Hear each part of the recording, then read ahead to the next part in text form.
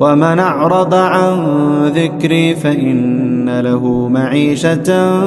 ضنكا ونحشره يوم القيامة أعمى قال رب لم حشرتني أعمى وقد كنت بصيرا قال كذلك أتتك آياتنا فنسيتها